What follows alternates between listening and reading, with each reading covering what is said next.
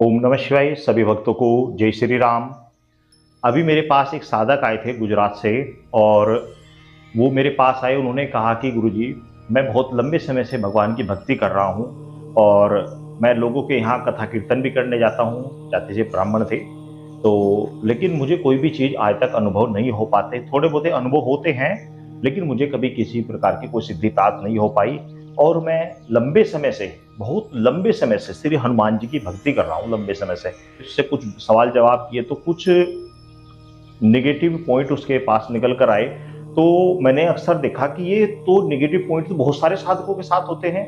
ये गलती तो बहुत सारे साधक कर रहे हैं, और साधक इस गलती को कर रहे हैं, गलती के कारण उन्हें सिद्धियां या वो भक्ति में आगे बढ़ ही नहीं पा रहे हैं। चाहे आप भक्ति कर रहे हो या सिद्धि साधना के लिए कोशिश कर रहे हो, तो यदि आप भी इन गलतियों को कर रहे हैं तो सुधार ले।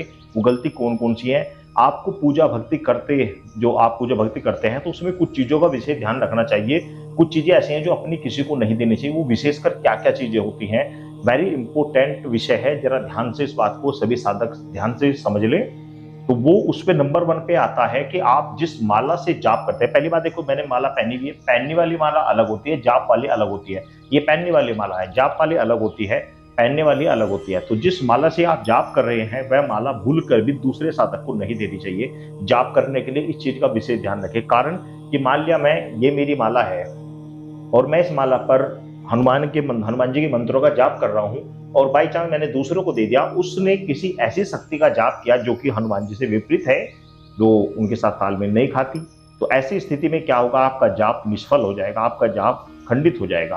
तो भूल कर भी माला, अपनी जाप की माला को दूसरे को नहीं देना चाहिए। इस चीज का विशेष ध्यान रखें। और दूसरा ये कि आप जिन वस्त्रों को पहनते हैं, इन वस्त्रों को भूलकर भी साधक भक्तों को, दूसरे व्यक्ति को नहीं देना चाहिए अपने वस्त्रों को। क्योंकि वस्त्र यदि आप दूसरों को देते हैं, तो आपने जिन वस्त्रों का आप धारण करते हैं, जिन वस्त्रों को आप पहनते हैं, उन वस्त्रों को जब आप निकाल कर दूसरों को दे देते हैं और पुनः वह आपको देता है, फिर आप पहनते हो, तो उसके जो मनोभाव हैं वो उस वस्त्र के अंदर आकर्षित होकर आ जाते हैं, जिसके कारण आपका जो भक्ति लाइन में आगे मन बढ़ रहा था, भक्ति लाइन में जो मन लग रहा था, वह नहीं लग पाता, और आप अपने जिस स्तर पर बढ़ चुके थे वहां से नीचे गिर जाते हैं। इसलिए भूल कर भी अपने वस्त्र किसी को ना दे। खासकर अपने जो सोने के वस्त्र होते हैं वो भी किसी को नहीं देने चाहिए। अपने बिस्तर में किसी को सुलाना भी नहीं चाहिए।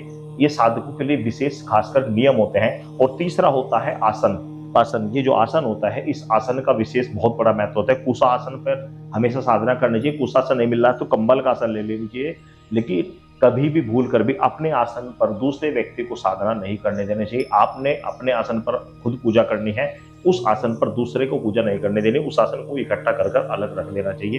भूल कर भी आसन दूसरे को नहीं देना चाहिए। इस चीज का विशेष ध्यान रखें। और तीसरी बात ये होती है कि बहुत सारे साधक, मैंने अक्सर ऐसा देखा है कि घर में कथा कीर्तन करने जाते हैं, और कथा कीर्तन करते हुए दूसरे के यहाँ से मूर्तियां मांग कर ले आते हैं। ऐसा कदापि नहीं करना चाहिए। अगर आप अपनी मूर्ति या दूसरे व्यक्ति को देते हैं, ये भी गलत होता है, ऐसा भी नहीं करना चाहिए। इस चीज का भी आप विशेष ध्यान रखें। अपने घर की पूजी हुई मूर्तियों को दूसरे को नहीं देना चाहिए। इस चीज का आप विशेष ध्यान रखें। और पांचवा होता है कि जब आप घर में, जहां पर आप पूजा करते हैं, उस स्थान पर शंख, वहां पर रखी हुई घंटी, वहां पर रखा हुआ प्रतिदिन जलने वाला दीपक, ये चीजें भी आपको किसी दूसरे व्यक्ति को नहीं देना चाहिए। यदि आप दूसरे व्यक्ति को ये चीजें देते हैं तो आप अपनी भक्ति को गौण कर देते हैं। आपकी भक्ति में रुकावट आती है, आपकी भक्ति का स्तर गिर जाता है। तो इस चीज का विशेष ध्यान रखें। ये वेरी इंपॉर्टेंट विषय है, इस चीज का ध्यान रखें। ये सामान किसी को नहीं देना चाहिए। सभी भक्तों को जय श्री राम।